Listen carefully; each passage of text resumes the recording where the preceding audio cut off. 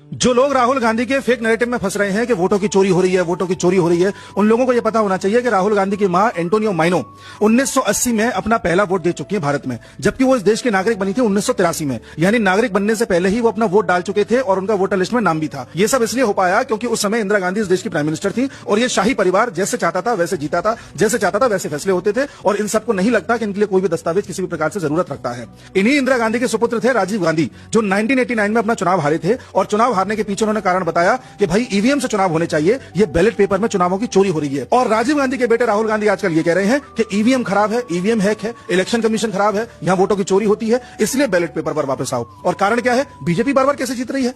यानी कि बेटा कहता है कि ईवीएम खराब है, बैलेट पेपर पे आओ, और पिता कहता था बैलेट पेपर खराब है, ईवीएम पर आओ। दोनों का कारण क्या है कि बीजेपी बार बार क्यों जीत रही है? यानी कि कैसे भी करके शाही परिवार सत्ता में रहना चाहिए। अगर ये परिवार सत्ता में नहीं रहा तो ये इतना ज्यादा अविश्वास क्रिएट कर देगा पूरे देश में कि किसी न किसी मुद्दे पे कभी ना कभी तो जनता भड़केगी।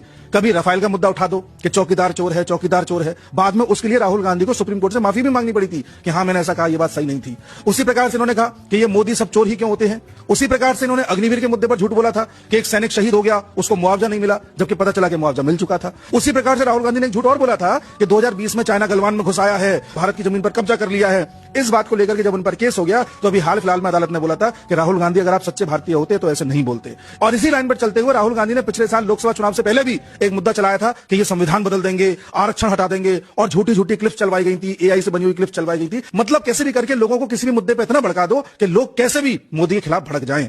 और टाइमिंग सबसे अच्छी कब चुनते हैं ये लोग? तब चुनते हैं जब ट्रंप कोई ऐसी बात कह रहा हो जिससे कि भारत की छवि खराब हो, जब पाकिस्तान कोई ऐसी बात कह रहा हो जिससे भारत की छवि खराब हो, या चाइना कोई ऐसी हरकत कर रहा हो जिससे भारत में डिस्टर्बेंस हो। जब जब कोई बाहर से डिस्टर्बेंस होगा तब तब अंदर भी डिस्टर्बेंस क्रिएट किया जाता है। यानी कि प्रयास ये किया जाता है कि जब सब तरफ से हमले हो रहे हो तभी ऐसी चोट करो कि सरकार गिर जाए और कैसे भी यहां की लोकतांत्रिक व्यवस्थाओं पर लोगों का भरोसा उठ जाए। और यही कारण है कि जब कल भारत के चीफ इलेक्शन कमिश्नर ने राहुल गांधी के सभी सवालों का जवाब दिया, मीडिया का भी जवाब दिया, और राहुल गांधी को चैलेंज भी किया कि अगर राहुल गांधी आपकी बात में इतनी ही दम है तो आप सबूत दीजिए, एफिडेविट जमा करिए, और अगर ऐसा नहीं कर सकते तो 7 दिन के अंदर अंदर देश से माफी मांगिए। शायद ये बात विपक्ष को चुभ गई क्योंकि शहजादे के बारे में ऐसा कैसे बोल दिया, शहजादे को चैलेंज कैसे कर दिया।